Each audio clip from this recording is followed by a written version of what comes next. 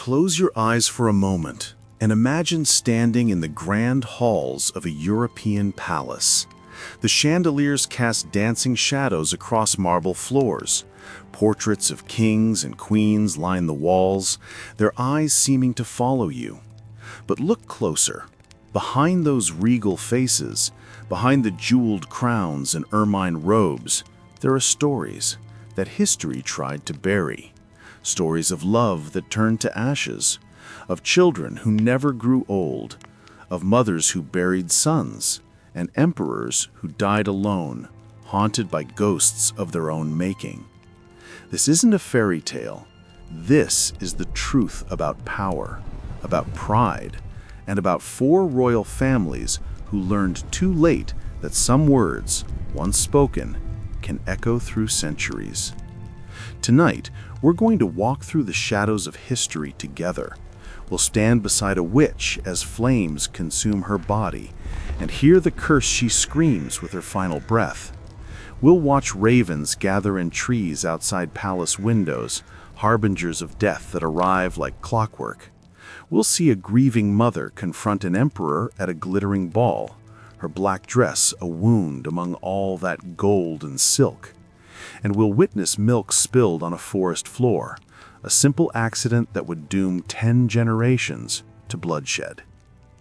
Before we step into these stories, I want you to know something. If these tales move you, if they make you think about fate and family and the choices we make, I'd be so grateful if you'd subscribe to this channel, leave a comment sharing your thoughts, and tap that like button. Your support means the world, and it helps me continue bringing you these deep dives into history's most fascinating mysteries. Now, let's begin where all curses begin, with an act of violence that someone refused to forget. The year is 1297. The Mediterranean sun beats down on a fortress carved from limestone cliffs. This is Monaco, a strategic prize that overlooks shipping routes and glittering seas. Lord Rainier Grimaldi wants it desperately. He's ambitious, cunning, and absolutely ruthless. On a warm evening, he and his knights approach the gates dressed as Franciscan monks, their robes hiding swords, their faces masks of holy devotion. The guards, trusting these supposed men of God, open the gates. Within moments, the monastery robes fall away. Steel flashes in the fading light. Blood stains the fortress stones. By nightfall, Monaco belongs to the Grimaldi family. Rainier walks through his new conquest, drunk on victory. In one of the chambers, he finds her, a young woman, beautiful and terrified. History doesn't record her name. It rarely does for women like her. What we know is this: Rainier took what he wanted. He always had. And when he was done, when she lay broken on the cold stone floor, something inside her shattered and reformed into something harder than diamond. She disappeared into the countryside. Months passed. When she returned, she had learned things that women whispered about in market squares and dark forests, the old knowledge, the dangerous knowledge. Rainier had her arrested immediately. Witchcraft, he declared. The punishment was fire. They built the pyre in the town square. As the flames began to lick at her feet, as the smoke filled her lungs and the heat became unbearable, she lifted her head one final time. Her voice cut through the crackling fire like a blade. Never will a Grimaldi find happiness in marriage. Those 8 words, 8 simple words that would haunt a family for over 700 years. Let me tell you what happened next. In 1457, a 6-year-old girl named Claudine inherited Monaco. Just a child with a crown too heavy for her small head. Her 37-year-old cousin Lombard decided he wanted that crown.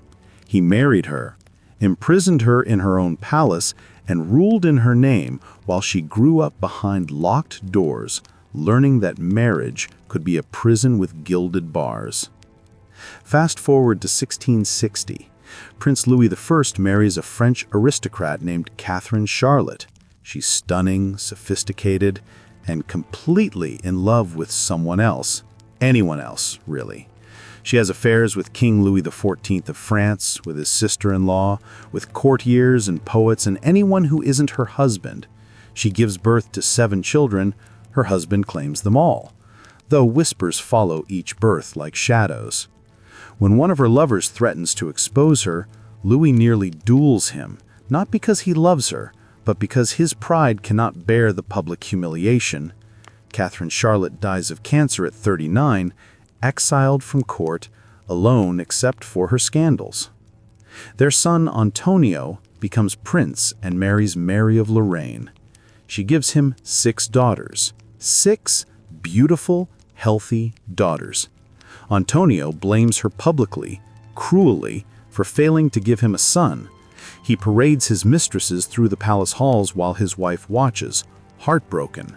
His mistresses also give birth to daughters, but this fact never seems to penetrate his fury. Mary dies of smallpox at 34, probably grateful to escape her marriage at last. The pattern continues like a terrible dance where everyone knows the steps but no one can stop moving. Honoré III marries Maria Caterina, and their wedding day becomes legend for all the wrong reasons. When her ship arrives, he refuses to board. She must come to him, he insists. He's the monarch. She refuses. Her ranks rank higher than his. For days, her ship sits in the harbor while they argue about who has more status, who must bow to whom. Finally, they build a dock extending into the water so they can meet exactly halfway. This should have been a sign. A marriage that begins with a standoff rarely ends well. They have affairs, they fight about money. She inherits a fortune and hides it from him. He responds by keeping her children from her. Eventually, she runs away, and no one blames her. During the French Revolution, the Grimaldis lose everything. Honoré IV marries Louise for her money, but revolutionary courts tie up her fortune in endless lawsuits. He never sees a franc. She spends what little remains on gambling in silk dresses while their marriage crumbles like the old regime around them. Charles III finds brief happiness with Antoinette. They're a good match. They use her dowry to build the Monte Carlo casino, transforming Monaco from a sleepy fortress into a playground for the wealthy. But happiness in the Grimaldi family always has an expiration date. Antoinette dies of cancer at 35. Charles never remarries. He wears black for the rest of his life. Another widower and a long line of lonely men. His son Albert wants to marry royalty. He sets his sights on one of Queen Victoria's daughters. Victoria, wise and protective of her children, suggests them all as unsuitable. Instead, she offers Lady Mary Victoria Douglas Hamilton, a Scottish noblewoman. Mary and Albert have a son, which is all anyone really wanted from her. She hates the Mediterranean heat, the isolation, the pretense of it all. After a year, she leaves and never comes back. Albert remarries, this time to Alice Hine, a Jewish-American heiress. At first, they bond over their shared love of oceanography. Alice opens an opera house and a ballet theater, bringing culture to Monaco. But Albert continues seeing courtesans, including the famous Spanish dancer Carolina Otero. One night at the opera, Alice confronts him. They have a screaming match in full view of Monaco's high society. He slaps her. She laughs in his face, a sound like breaking glass. Then she leaves for London and spends the rest of her life there, free at last. Their son, Louis II, grows up hating his father. He joins the French Foreign Legion at the first opportunity. During World War I, he falls in love with a cabaret singer named Marie-Juliette Louvet. He wants to marry her. His father forbids it absolutely. So Marie and their daughter Charlotte follow Louis from camp to camp, disguised as laundresses, washing soldiers' clothes just to be near him. Charlotte becomes Louis's only child, his heir. He arranges her marriage to Pierre, the Duke of Valentinois. Pierre is gay. The marriage lasts just long enough to produce 2 children before falling apart. One of those children is Rainier III. He transforms Monaco, turning the struggling casino economy into a thriving tax haven. In 1955, he meets Grace Kelly, the American actress who had just won an Academy Award. Their courtship is brief, practical, a business arrangement wrapped in romance. 30 million people watch their wedding on television, a fairy tale come to life. But behind palace walls, the fairy tale dies quickly. On their honeymoon yacht, Grace and Rainier realize they have almost nothing in common. He's controlling, old-fashioned, obsessed with protocol. She misses acting, misses the creative freedom of her old life. Rainier begins having affairs almost immediately. Grace gives him 3 children, fulfills her duties as princess, but the light in her eyes slowly fades. In 1982, Grace receives an offer to return to acting. For a brief moment, she allows herself to dream of escape. That same year, while driving with her daughter Stephanie through the winding mountain roads above Monaco, Grace suffers a stroke. The car goes off the cliff. Stephanie survives. Grace dies at 52, and people whisper that maybe, just maybe, the crash wasn't entirely an accident. Maybe it was the curse, claiming another Grimaldi bride. Her son, Albert II, becomes prince. As a bachelor, he fathers at least 2 children with different women, facing paternity lawsuits that make headlines. At 53, he finally marries Charlene Wittstock, a 33-year-old South African Olympic swimmer. Rumors swirled that Charlene tried to flee Monaco before the wedding, that palace security confiscated her passport. She gives birth to twins in 2014. In 2021, she spends nearly a year in South Africa, officially recovering from an infection, though tabloids speculate about impending divorce. Eventually, she returns. The palace insists all is well. Time will tell. Albert's sisters fare no better. Caroline marries a playboy at 21. The marriage lasts 2 years. Her second husband, Stefano, dies in a powerboat racing accident. Her third husband, a German prince, is so violently temperamental that she eventually separates from him. Youngest sister Stephanie has a string of relationships, 2 children with her bodyguard, a brief marriage that ends when he's photographed with Miss Topless Belgium, another child whose father she refuses to name, and a period living in a circus caravan with an elephant trainer before returning to Monaco, exhausted and alone. 7 centuries of disastrous marriages. 7 centuries of loneliness, infidelity, and early deaths. Was the Grimaldi family truly cursed by a dying witch in 1297? Or are they simply people who never learned that love requires more than bloodlines and bank accounts? Perhaps the real curse is simpler, the curse of believing that power matters more than happiness, that duty trumps affection, that you can build a dynasty on the bones of broken hearts.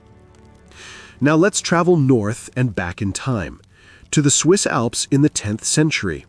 A count named von Altenburg is hunting in the mountains. The day is clear, the air crisp. Somehow he gets separated from his companions. He finds himself in a rocky clearing surrounded by eagle nests. The eagles, protecting their territory, attack him. Talons and beaks tear at him. He raises his arms to protect his face, certain he's about to die in this lonely place where no one will find his body. Then the ravens come. A conspiracy of ravens, black wings filling the sky, diving at the eagles with furious purpose. They drive the eagles back again and again until the count can stumble away to safety. In gratitude, he builds a watchtower on that very spot. He assigns servants to feed the ravens daily, to care for them as honored guardians. His family prospers. Wealth flows to them like water downhill. By 1020, his descendant, Count Radbot, is rich enough to replace the old tower with a magnificent fortified castle. The workmen arrive and begin tearing down the old tower. The ravens scatter, screaming. Some are killed in the demolition. The new fortress rises, beautiful and imposing. They call it Habsburg, Hawk Castle. The family takes the name Habsburg for their own. The ravens do not forget. In Germanic mythology, ravens are liminal creatures, existing between the world of the living and the dead. To anger them is to invite death itself to take notice of you. The Habsburgs continue rising. By 1452, Frederick von Habsburg becomes Holy Roman Emperor.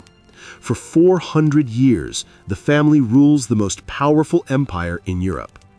They marry carefully, consolidating power through strategic alliances. But they also marry cousins to cousins, uncles to nieces, keeping wealth and titles within the family. The gene pool becomes shallower with each generation. And the ravens watch. People begin to notice patterns. Before a major battle that the Habsburgs will lose, ravens gather in unusual numbers.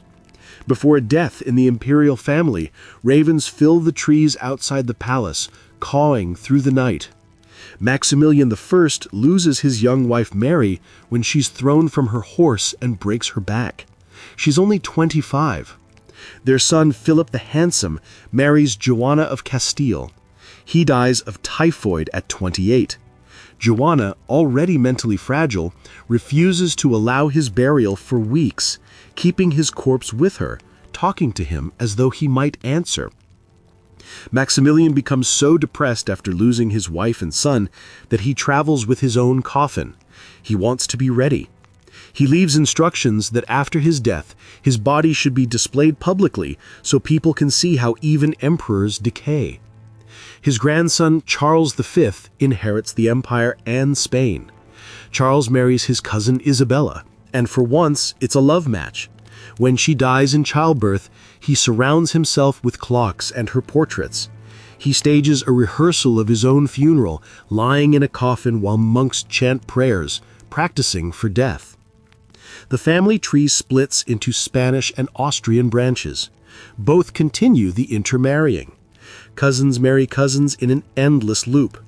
The Habsburg jaw begins to appear, a genetic deformity where the lower jaw extends so far that eating and speaking become difficult. Babies die constantly, lost to miscarriage, stillbirth, and infant mortality. Only about half of Habsburg children survive to age 10. Each small coffin carried from the palace is accompanied by the sound of ravens in the trees. The curse reaches its culmination in King Carlos II of Spain. He is the product of generations of inbreeding. Short, lame, epileptic, senile. He loses all his hair before 35. He's constantly ill, but somehow keeps living, year after year, baffling everyone. His people call him El Hechizado, the bewitched, and bring in priests to perform exorcisms. He marries, but he's impotent. His wife is blamed for failing to conceive and force-fed toxic fertility potions. She dies at 26. Carlos finally dies at 38 in 1700. With him dies the Spanish Habsburg line. The Austrian Habsburgs survive, but accumulate fresh tragedies. Napoleon conquers them, ending the Holy Roman Empire in 1806. They cling to the reduced Austrian Empire and lighten up on the inbreeding slightly. In 1848, 18-year-old Emperor Franz Joseph faces a crisis. Hungary wants democracy. Franz Joseph, young and arrogant, revokes their democratic laws. Hungarians revolt. Franz Joseph sends in the army. The revolutionaries are defeated, their leaders executed. Franz Joseph attends a victory ball in Vienna, resplendent in his gold-braided uniform. He's proud, untouchable. Then a woman in black steps from the crowd. She is Countess Karolyi. Her 18-year-old son was among those executed, hanged for the crime of wanting freedom. She looks at the emperor, this boy who killed her boy, and she speaks words that will follow him to his grave. May heaven and hell blast your happiness. May your family be exterminated. May you be smitten in the persons of those you love best. May your children be brought to ruin, and your life wrecked, and yet may you live on in lonely, unbroken, horrible grief, to tremble when you recall the name Karolyi. Guards drag her away. The music resumes. Franz Joseph dances on. 6 years later, he marries the extraordinarily beautiful 15-year-old Duchess Elizabeth in Bavaria, called Sisi. They have 2 daughters. The family travels to Hungary. Both daughters drink contaminated water. 2-year-old Sophie dies in her mother's arms. Sisi is never the same. She spirals into depression, becomes obsessed with maintaining her beauty through extreme dieting and exercise. She gives birth to a son, Crown Prince Rudolf, and a 4th child, Marie Valérie. But she cannot love her husband. She travels constantly, possibly has an affair with a Hungarian politician, and raises her youngest daughter in Hungary rather than Vienna. Franz Joseph's brother, Maximilian, accepts an offer to become Emperor of Mexico, based on their descent from the conquistadors. After 3 years, Mexican Republicans arrest and execute him by firing squad. 30-year-old Crown Prince Rudolf and his 17-year-old mistress are found dead in his hunting lodge. Murder-suicide or suicide pact? No one knows. Sisi is destroyed. She wears black forever after, a walking memorial to her dead son.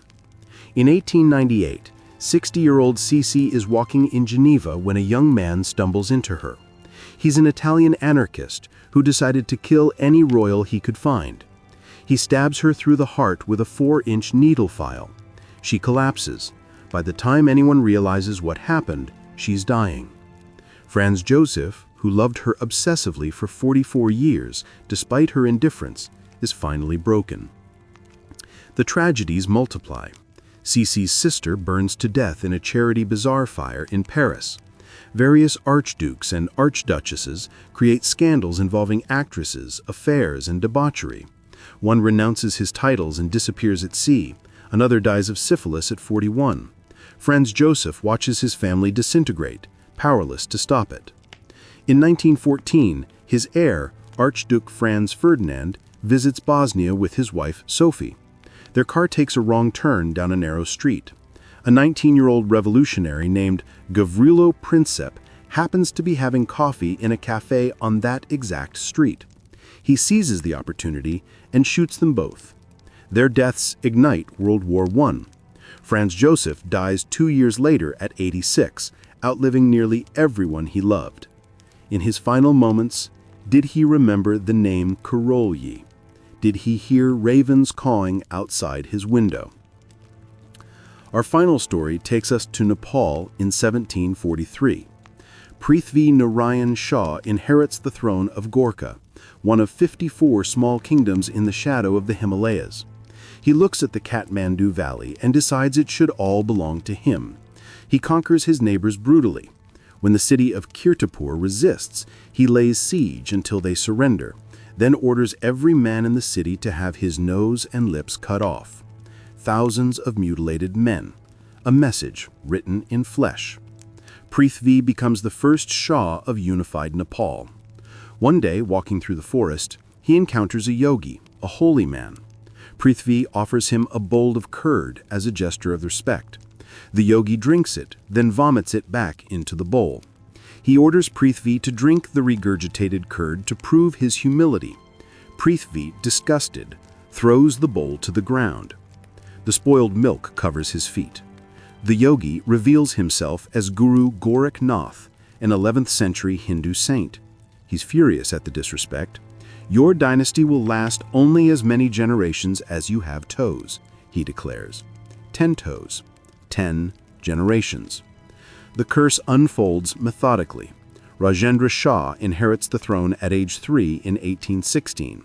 Raised in isolation by a regent, he becomes severely mentally ill. He creates laws and revokes them the next day. He has 2 queens who hate each other. Political tensions explode in the Coat Massacre, where guards slaughter nearly all the nobles in the court. The royal family becomes puppet kings, controlled by powerful prime ministers for a century. In the 1940s, Tribhuwan Shah regains absolute power. His son and grandson rule during changing times. Protesters demand democracy. Maoist revolutionaries wage war. Birendra Shah introduces a constitution in 1990, limiting his own power. His family is furious. He's also the 9th king, meaning his heir will be the 10th and final generation. On June 1, 2001, most of the royal family gathers for a party in the palace gardens. Crown Prince Dipendra walks in with a gun. He shoots his father, his mother, his brother, his sister, and other family members before shooting himself in the head. He survives in a coma, technically becoming the 11th king for 3 days before dying. Theories swirl about why he did it. Perhaps he was angry about losing absolute power. Perhaps it was because his family forbade him from marrying the woman he loved because of her lower caste. Perhaps it was simply the curse, reaching its inevitable conclusion. Dipendra's uncle, Gyanendra, becomes king. He dismisses the government and declares himself absolute ruler. Protesters are killed. India intervenes. In 2008, the government deposes the Shah dynasty and abolishes the monarchy. Gyanendra is ordered to leave the palace, which becomes a public museum. He still refuses to accept that his reign is over. But if legends are true, he was always meant to be the last king. 10 generations, 10 toes covered in spilled milk in a forest 4 centuries ago. So, what do we make of these stories? Were these families truly cursed by witches, ravens, grieving mothers, and holy men? Or is there a simpler explanation? Perhaps curses are just patterns we recognize in hindsight. Perhaps they're ways of making sense of the senseless, of finding meaning in random tragedy. Or perhaps curses are real because we make them real, because we pass down pain and dysfunction from generation to generation, teaching our children to repeat our mistakes until someone finally breaks the cycle. What's certain is this: power does not protect you from suffering. Crowns do not shield you from heartbreak. And sometimes, the things we do in moments of pride or cruelty echo far longer than we could ever imagine, reaching forward through time to touch people we'll never meet in ways we could never predict. These 4 families learned that lesson the hardest way possible. Their stories remain, warnings written in palace stones and whispered in the rustle of raven wings. Some prices are too high to pay, no matter how grand the prize. Some words, once spoken, can never be taken back.